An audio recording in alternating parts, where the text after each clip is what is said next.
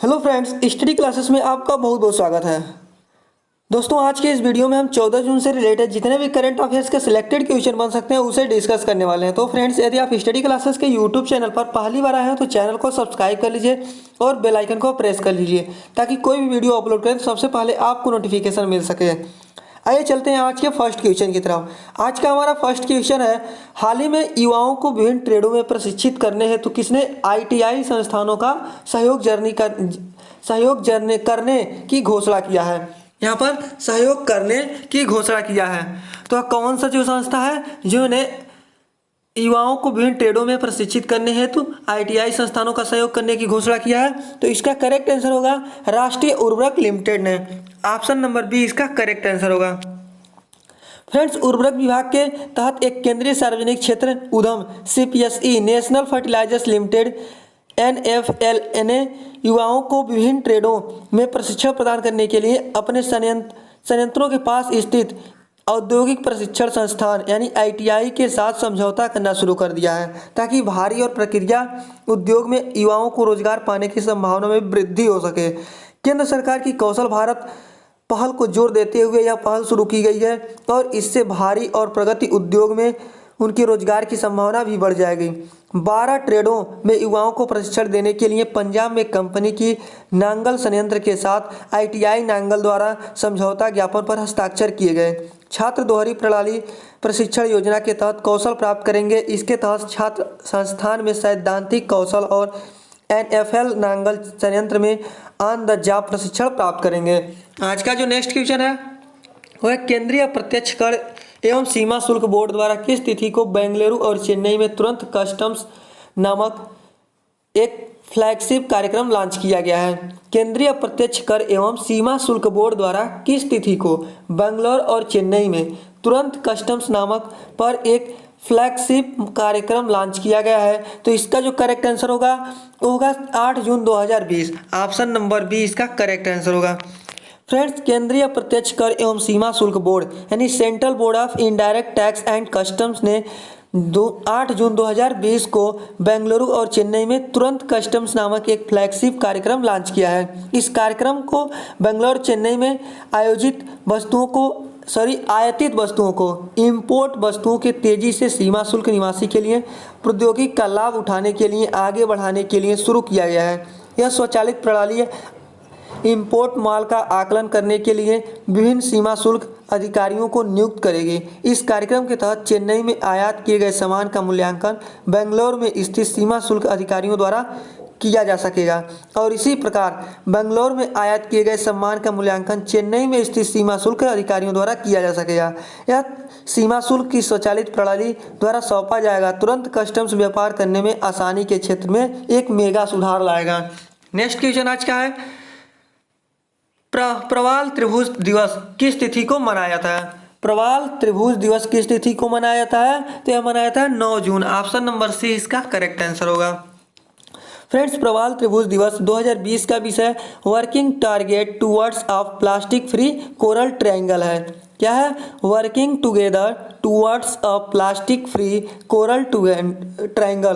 प्रवाल त्रिभुज दिवस प्रतिवर्ष 9 जून को मनाया जाता है ताकि समुद्र संरक्षण के महत्व को चिन्हित किया जा सके तथा उपायों पर जोर देने के साथ महासागरीय जैव विविधता के संरक्षण की आवश्यकता के बारे में जागरूकता बढ़ाई जा सके।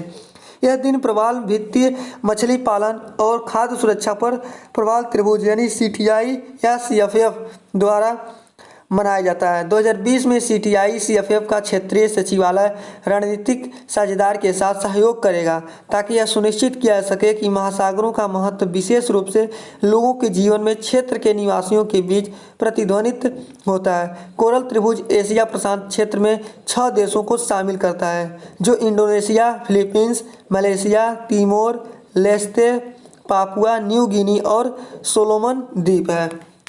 नेक्स्ट क्वेश्चन आज का है, मर्सर के 2020 कास्ट ऑफ लिविंग सर्वे के अनुसार प्रवासियों के लिए किस शहर को सबसे महंगा शहर घोषित किया गया है। तो इसका जो करेक्ट आंसर होगा मुंबई शहर को सबसे महंगा शहर घोषित किया गया। ऑप्शन नंबर सी इसका करेक्ट आंसर होगा। फ्रेंड्स, मर्सर के कास्ट ऑफ लिविंग सर्वे के अनुसार प्रवासियों के लिए रहने खाने की लागत को देखते हुए भारत की वित्तीय राजधानी मुंबई का सबसे महंगा शहर बन गया है। मुंबई को दुनिया भर में 60वें सबसे महंगे शहर के रूप में स्थान दिया गया है और इसे एशिया में 19वें स्थान पर रखा गया है। नई दिल्ली को भारत में दूसरे स्थान पर और विश्व स्तर पर 101वें स्थान, चेन्नई को 143वें स्थान पर और बेंगलोर को 171वें स्थान पर, कोलकाता को 185वें स्थान पर स्थान दिया गया है, जिससे वे सबसे कम खर्चीले भारतीय शहर बन गए हैं। आज का नेक्स्ट क्वेश्चन है, हींग और केसर के उत्पादन हेतु किस राज्य के कृषि विभाग ने हिमालय बायो रिसोर्स प्रौद्योगिकी संस्थान का सहयोग करने का निर्णय लिया है। यानी हींग और केसर के उत्पादन करने के लिए किस राज्य के कृषि विभाग ने हिमालयन बायो रिसोर्सेज प्रौद्योगिकी संस्थान का सहयोग करने का निर्णय किया है? तो क्या है? हिमाचल प्रदेश है। ऑप्शन नंबर बी इसका करेक्ट आंसर होगा।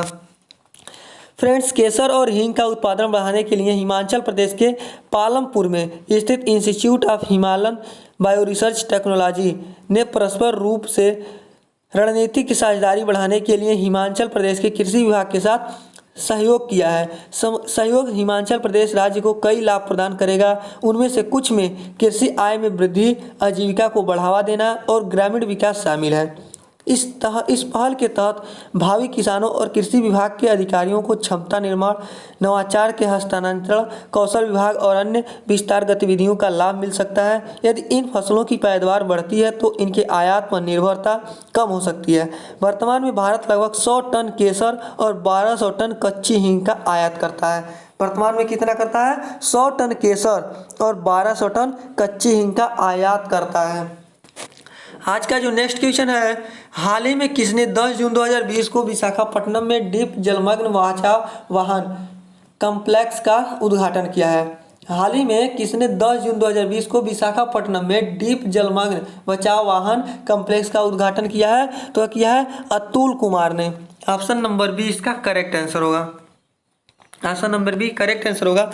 Friends, vice admiral Atul Kumar Jain PBMM ABMM BSM flag officer commanding in chief ENC पूर्व नौसेना कमान ने 10 जून 2020 को विशाखापट्टनम में डीप जलमग्न बचाव वाहन कॉम्प्लेक्स का उद्घाटन किया है। कॉम्प्लेक्स की डिजाइनिंग इस तरह से की गई है कि अत्याधुनिक सुविधाओं के साथ नई सबमरीन रेस्क्यू सिस्टम को DSRV कॉम्प्लेक्स में समायोजित किया जाएगा। कॉम्प्लेक्स में सबमरीन रेस्क्यू सिस्टम DRRV परिसंपत्तियों को बचाव तैयार रहस्य में भी संग्रहित करेगा। DSRV प्रणाली में एक रिमोट ऑपरेशन वाहन, साइट स्कैन सोनार, एक पनडुब्बी बचाव पोत और संबंधित उपकरण शामिल हैं। DSRV प्रयोग प्रणाली को एक डूबे हुए पनडुब्बी में बचाव के बाद पनडुब्बी के अपघटन के लिए गोताखोर उपघटन मंडलों और हाइपरबैरिक चिकित्सा उपकरणों के साथ भी प्रदान किया जाएगा। नेक्स्ट क्वेश्चन आज क्या है, भारतीय कृषि अनुसंधान परिषद यानी ICAR ने उत्पादों के संयुक्त अनुसंधान परीक्षण और सत्यापन हेतु किसके साथ समझौता किया है? यानी ICAR ने उत्पादों के संयुक्त अनुसंधान परीक्षण और सत्यापन हेतु किसके साथ समझौता किया है? तो किया है IFFCO के साथ। ऑप्शन नंबर सी इसका करेक्ट आंसर होगा। फ्रेंड्स, भारतीय कृषि अनुसंधान परिषद ICAR ने विभिन्न उत्पादों के संयुक्त अनुसंधान परीक्षण और सत्यापन के लिए भारतीय किसान उर्वरक सहकारी IFFCO के साथ एक समझौता ज्ञापन पर हस्ताक्षर किए हैं। कृषि विज्ञान केंद्र भी परियोजना में योगदान देंगे। सहयोग का उद्देश्य क्या है? तो इस सहयोग का उद्देश्य प्रौद्योगिकी के प्रभावी ढंग से उपयोग करके रासायनिक उर्वरकों की खपत को कम करने में किसानों की मदद करना। संस्थान के शोधकर्ता उर्वरक की खपत की मात्र 15% कम करना चाह रहे हैं। नेक्स्ट क्वेश्चन आज का है, पूनम अवलोकन अभ्यास निम्न में से किसकी आबादी को मापता है? जो पूनम अवलोकन अभ्यास है यह किसकी आबादी को मापता है? तो मापता है शेर की आबादी को। ऑप्शन नंबर ए इसका करेक्ट आंसर होगा। फ्रेंड्स, पूनम अवलोकन अभ्यास एशियाई शेर की आबादी को मापता है और यह अभ्यास पिछले सप्ताह 1 जून 2020 से 7 जून 2020 तक हुआ है। कि कब हुआ है? 1 जून 2020 से 7 जून 2020 तक हुआ है, जिससे विशेष रूप से वन विभाग द्वारा आयोजित किया गया था। गुजरात के एशियाई शेर जो कभी आसन्न विलुप्त होने के कगार पर थे, उनकी आबादी में सुधार दिखाई दिया है। एशियाई शेर की आबादी में 28.87 % की लगातार वृद्धि हुई है और 2015 में रिपोर्ट की गई थी 523 की तुलना में संख्या 674 हो गई है। जून 2020 में होने वाली 15वीं शेर की जनगणना को कोरोना वायरस महामारी के कारण नहीं किया गया था, जो दुनिया को प्रभावित कर रही है। पूनम हिमस्खलन अभ्यास 5 जून 2020 और 6 जून 2020 को सौराष्ट्र के 9 जिलों में किया गया था और वन विभाग ने गणना का निर्धारण करने के लिए ब्लॉक गणना पद्धति का उपयोग किया था। आज का नेक्स्ट क्वेश्चन है, महाराष्ट्र के सबसे गहरे तल तक पहुंचने वाले पहले महिला का नाम बताइए। महासागर के सबसे गहरे तल तक पहुंचने वाले पहली महिला का नाम बताइए। तो है कैथी कैथी सुलीवन। ऑप्शन नंबर डी इसका करेक्ट आंसर होगा। महाराष्ट्र के सबसे गहरे तल तक पहुंचने वाली पहली महिला का नाम बताइए। तो है कैथी सुलीवन। फ्रेंड्स, कैथी सुलीवन इतिहास में पहली महिला बन गई है जो महासागर में सबसे गहरे तक पहुंचने वाली है, जिसे मारियाना ट्रेंच में चैलेंजर डीप गर्त कहा जाता है। कैथी सुलीवन वर्ष 1984 में अंतरिक्ष में जाने वाली पहली अमेरिकी महिला थी। इस उपलब्धि के साथ वह दोनों जगह में ऐसे करने वाली पहली महिला व्यक्ति बन गई हैं जिन्होंने सबसे पहले अंतरिक्ष में सैर की है और सबसे पहले समुद्र के सबसे गहरे बिंदु तक पहुंची हैं। प्रशांत महासागर की सतह से चैलेंजर डीप 7 मील नीचे है। अभियान लिमिटिंग फैक्टर वाहन में कैलाडन ओशनिक के रिंग ऑफ फायर अभियान के एक भाग के रूप में बनाया गया था। आज का नेक्स्ट और लास्ट क्वेश्चन जो है, वैश्विक आर्थिक संभावना रिपोर्ट 2020 निम्न में से किसके द्वारा जारी किया गया। जो वैश्विक आर्थिक संभावना रिपोर्ट है 2020 का, वह किसने जारी किया है। तो इसको जारी किया है वर्ल्ड बैंक ने। ऑप्शन नंबर ए इसका करेक्ट आंसर होगा। फ्रेंड्स, विश्व बैंक द्वारा वार्षिक आर्थिक संभावना रिपोर्ट 2020 जो है जारी की गई है। विश्व बैंक ने भारत के विकास प्रक्षेपण को नकारात्मक यानी निगेटिव 9% से कम कर दिया है और दुनिया के विकास के अनुमान 0.3% घटा दिया गया है और 2.6% रखा गया है। विश्व बैंक की भविष्यवाणी की है कि वित्तीय वर्ष 2020-21 में भारतीय अर्थव्यवस्था 3.2% कम हो जाएगी। भारतीय अर्थव्यवस्था कोविड-19 महामारी से प्रभावित हुई है, जिसके परिणाम स्वरूप संक्रमण के प्रसार को रोकने के लिए विभिन्न चरणों में तालाबंदी की गई है। इसके अलावा जीएसटी की पूर्ण स्थापना अभी भी पूरी नहीं हुई है, जो सरकार राजस्व के अनुमानों को अनिश्चित बताता है। संयुक्त राष्ट्र अमेरिका की वृद्धि 2019 में यानी 2019 में अनुमानित 2.9% से 2019 में 2.5% तक धीमा होने की उम्मीद है और फिर 2020 में 1.7% और क्रमशः 2021 में 1.6% हो सकती है। फ्रेंड्स, आज का वीडियो कैसा लगा आप इसे कमेंट में ज़रूर बताइएगा और वीडियो अच्छा लगा हो तो वीडियो को लाइक कर दीजिएगा और अपने दोस्तों के बीच इसे ज़्यादा से ज़्यादा शेयर कर दीजिएगा।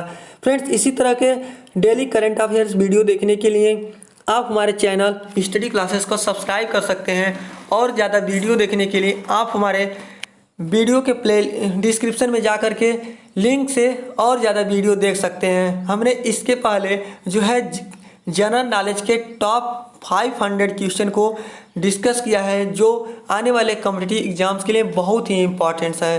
तो आप उस वीडियो को देखना मत भूलिएगा। उस वीडियो का लिंक हमने डिस्क्रिप्शन में दे दिया है, वहां से जाकर आप उस वीडियो को देख सकते हैं। और यदि आपको उस वीडियो का PDF चाहिए तो आप हमारे टेलीग्राम चैनल स्टडी क्लासेस को सर्च करके आप टेलीग्राम चैनल से जाकर उस वीडियो का PDF डाउनलोड कर सकते हैं, जिसका लिंक हमने डिस्क्रिप्शन में दे रखा है। थैंक यू फ्रेंड्स वीडियो देखने के लिए। आज में बस इतना ही।